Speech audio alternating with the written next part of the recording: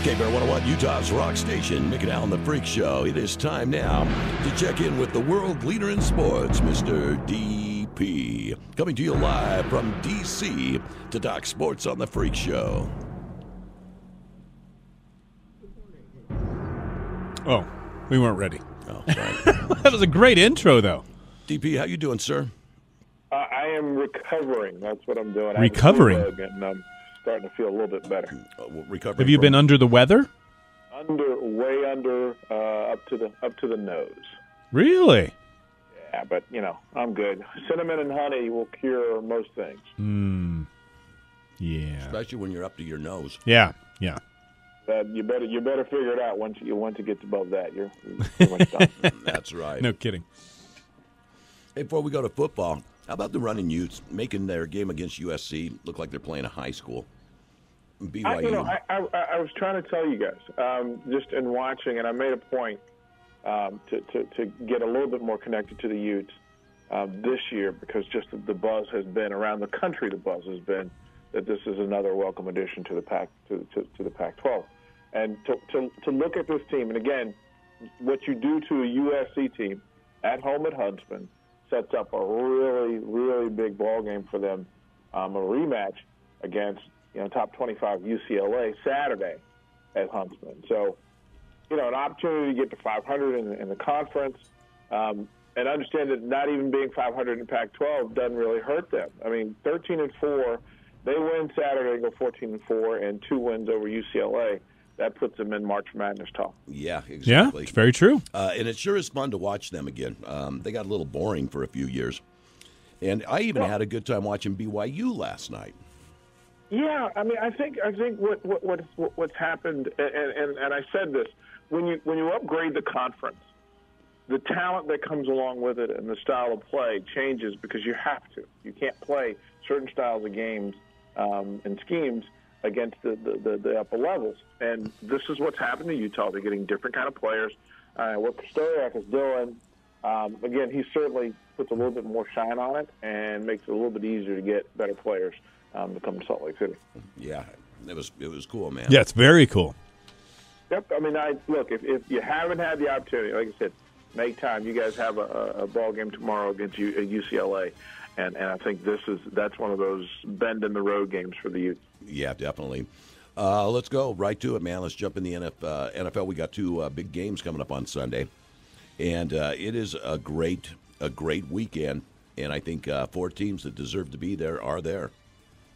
Yeah, the NFL has done a really good job. And at the beginning of the season, aside from Baltimore, the returning champs, and them losing players, you kind of knew that might open the door for somebody else. And look, at the beginning of the year, I said I thought Denver and I really thought Seattle would do well.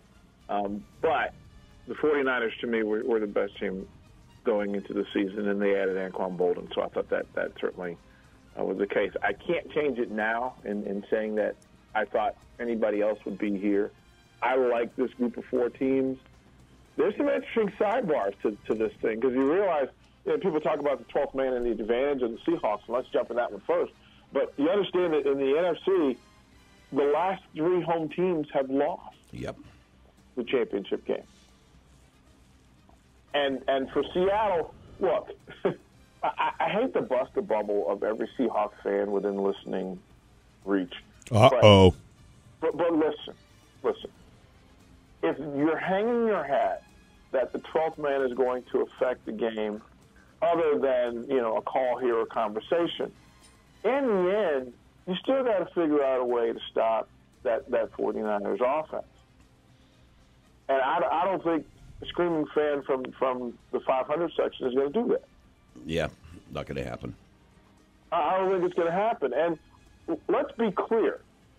The 12th man and the home field advantage may be an additional burden for Seattle. Why? Because in the back of their minds, every Seahawks fan thinks we're not worthy. They got that stepchild mentality that we're really not good enough. The Niners have rings and Lombardi trophies and banners and Hall of Famers. And Seattle, look, when you built everything into this being the year for you, this would crush them. This would crush a Seahawks fan. Yeah, great point. Great point. And they are taking that mentality, aren't they? The players know it. And that is so much. That is so important, and a lot of people don't even consider that. But that is huge in the psyche. Yeah. When you're trying to get to that point where you feel like you're worthy, and it's nobody's giving us respect, and when you're relying on the 12th man to be your reason, while you're getting hyped, you've lost focus. Yep. You've lost focus because the 12th man ain't going to cover Anquan Bolden or Vernon Davis. Anquan Bolden ain't going to block Patrick Willis. It ain't happening. So in the end, you better figure out a way to score more than the 17 points you scored the last time you faced the 49ers. You can make a whole lot of noise, but is the 12th man going to?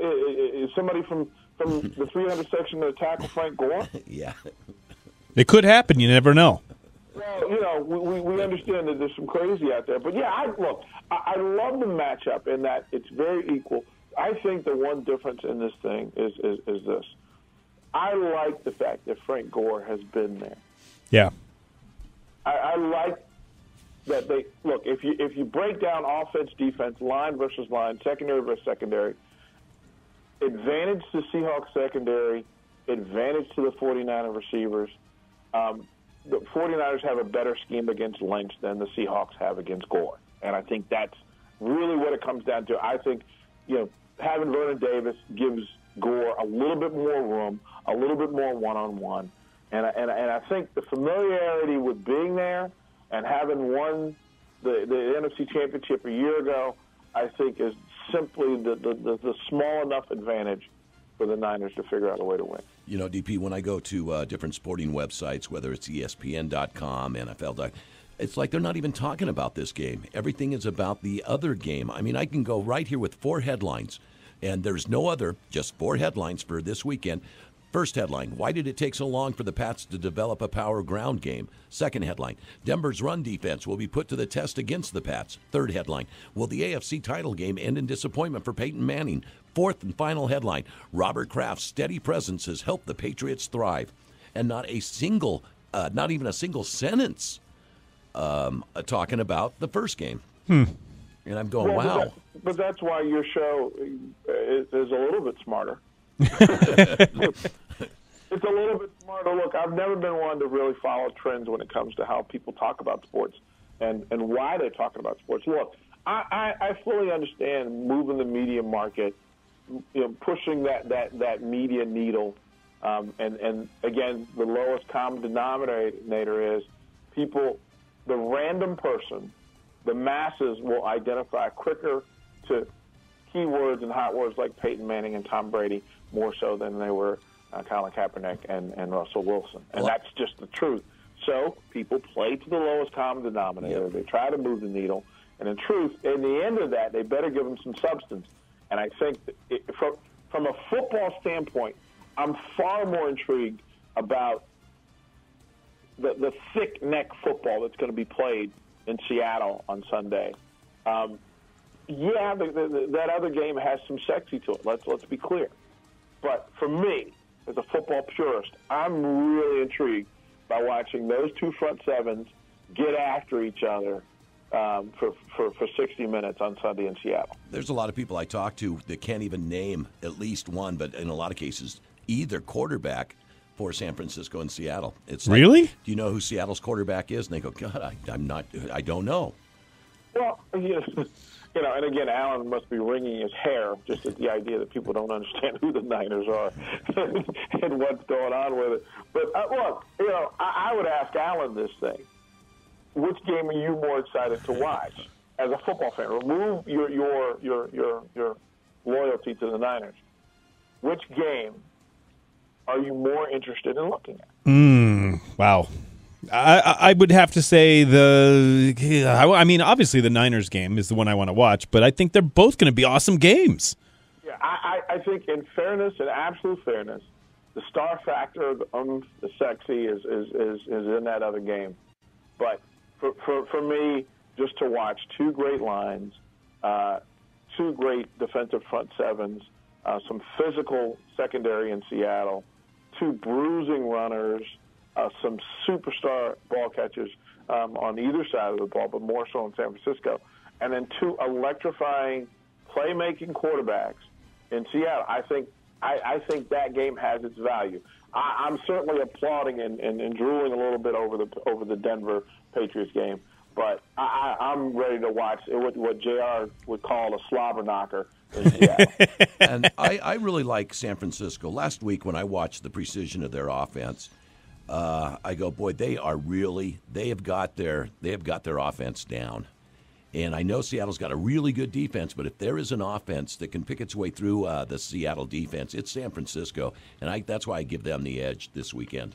Yeah, big, huge, monstrous receivers at every position. I just think, for a great secondary, you're going to have to be dead on perfect. Now, again, the officials can allow them to play a physical game, and that'll change it and swing the advantage back to Seattle. But in the end, if that happens, then they'll just hand the ball to Gore and find a way. And I just think it's a great matchup. There's no more. I mean, it'll be one play that decides the game. Yeah. I don't think it's being a blowout in either direction. It'll be great football for the NFC. When we get to the next game, what I find interesting also is generally when you talk about New England and you talk about Denver with Peyton there, you're going to be talking about the air attack.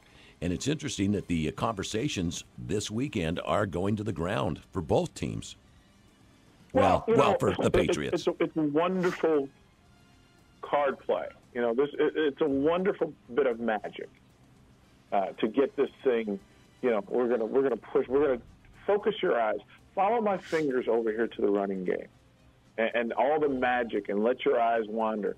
And all the while, both magicians are planning some great finish on the passing game side, because let's be clear. Let's be absolutely clear. The ball's going to be in the air. The game will be decided in the air. Nobody is going to lose or lose their job or their opportunity by giving the ball to Noshawn Marino and LeGarrette Blount rather than at the fingertips of Tom Brady and Peyton Manning.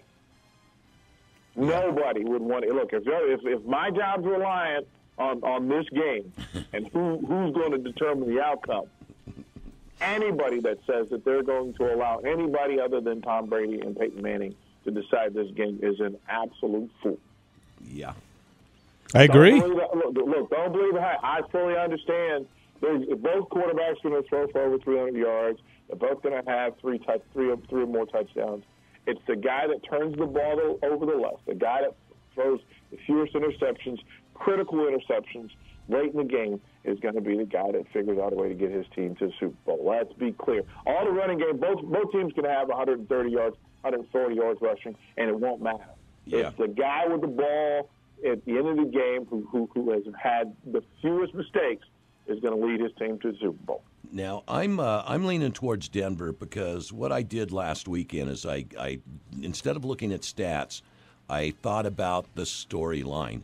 And I've noticed in a lot of professional sports lately, it seems like they're creating good storylines. And I think the best storyline this season would be Peyton Manning getting the ring, retiring. And so I'm going with Denver just for the storyline.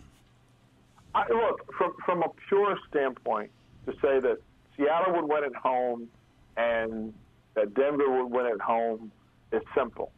But I said, in the end, you still have to face that dude, Tom. That guy, Tom Brady, is a different guy. Belichick is a different dude. You don't find coaches that can create this machine that is the New England Patriots. And Tom Brady is the perfect cog for this thing. Now, I think being in Denver will have some advantage for Peyton simply because he's going to have some comfort around him. I think that value in it for him. But I wouldn't tell anybody to bet either of these games. I wouldn't bet money on the Denver Broncos. I wouldn't. I wouldn't bet on the Patriots. I wouldn't make that bet. If you're asking me hey, Derek, put a gun to your head, you got to choose. I'm going to say Denver because it's what I chose at the beginning of the season, and I want to stay true to it. But if I had to sit and go, okay, I got to pick a side, I want to be in a winning locker room, I'm actually leaning New England. I just think that they have some advantages Defensively, Denver's a little beat up. Actually, they're both beat up. But I think it's Peyton Manning's year. I think it's his time. I think this is a time for him, for his legacy, to take the additional bump that's been needed. And I think the best place, the best showcase for him to do it is against Tom Brady and the New England Patriots at home. So I'd say go Broncos if you're going to pick. Yeah. Well, and like Mick said, it's the better storyline. And as the NFL goes, like last year, Lewis had to win a Super Bowl before he could retire. Peyton's got to win another one before he can retire. Yeah, and especially the way it's all gone down, you know. And then you got what's his face, the receiver from the Patriots that's on Denver now, Welker. Yeah. The Welker's there. I mean, but look at this. I mean, Edelman came in and had 100 catches for New England. Yeah, I mean, that's right. It's a big, foam finger to Wes Welker by the Patriots to say, hey, look, you left, and the guy that replaced you put up 100 catches. So, yeah, it's true. there's a ton. Look, there's some great story writing here if you're a sports fan, and specifically if you're a football fan. You have 2 great games, 4 great teams, some exceptional coaches, and some great stories. And the only thing in this thing, the only coach in this thing that I really want to root against, and I know Seattle thinks I'm picking on him, but, man, I really just enjoy the look on Pete Carroll's face when he loses. Yeah, that's true. Yeah, exactly. In really other sports, Utah Jazz play early game this afternoon. They're at the Detroit Pistons 5:30 tip-off. And the Jazz, well, I'll tell you what, there's little pieces of magnificence in this team. I think when they really get it together in the next year, maybe 2, I don't know, I think this is going to be a great team. Well, with a couple more pieces, they could really be a great team, and that's the problem, is they're going to screw it up. Yeah. Look, I'll say this to you, and again, I'll be the voice of reason. With all of that talent, and understand that every team in the NBA could say, with a couple more pieces, we could be a factor. Yeah. You're still at the bottom of the West. Let's be clear. I love Trey Burke. I've always been a Gordon Hayward fan. I think Favors and company are doing well in their growth. But look, let's be clear. Until you get out of the basement, you're still in the basement. Yeah, and they're trying to blow that, man. It's a wonderful sell. I just don't know. Look, who in the top of the college draft would come in and change the Utah Jazz season around? Yeah. Look, before you get caught up on the idea of, hey, you need to tank and you need to finish last, you can be at top. One, you're not promised that. Remember, there's that lotto thing that could screw you. But listen, yeah, is there's there a nobody guy? in the college game that can come on and turn the Utah Jazz into the Miami Heat. It's just not happening. Is there a guy that's going to do that? No. So let me just get everybody clear on the schedule. Tomorrow, BYU plays Santa Clara Broncos. That game is at 8 p.m., and it's at Santa Clara. University of Utah is at home against UCLA. 14-3 record for UCLA, 13-4 record for Utah, and one of UCLA's losses was that. Did Utah beat them already? They beat them at Pauley's Pavilion. Yep. Okay, so that game is at 2 p.m. tomorrow. Okay. Then the game's on Sunday. The first game, 1 p.m., is New England, Denver. That is the first game. The second game at 4:30 was San Francisco at Seattle. All right. Yep, and I'm pretty sure you got a legion of fans that are going to gather somewhere and enjoy themselves. It's one of those weekends where I'd love to be in Utah hanging out with you guys. Yeah, wish you were here, man. But I'll tell you, it's kind of bizarre that our place we used to do this at is gone. No, isn't that just bizarre that the town changes? Times are changing, folks. Yep, because when I picture you being here, my first thought was there, and I go, God, that's not even here anymore. Yeah, no kidding. Life has moved on without us. Maybe they still watch it down in the basement of the federal courthouse. I'm pretty sure there are ghosts of several sorts down there. I am sure there is, indeed. Thank you, DP. Have a great All right, guys, weekend. have a great weekend. That's your Freak Show Sports with DP, Mick Allen, KBER 101.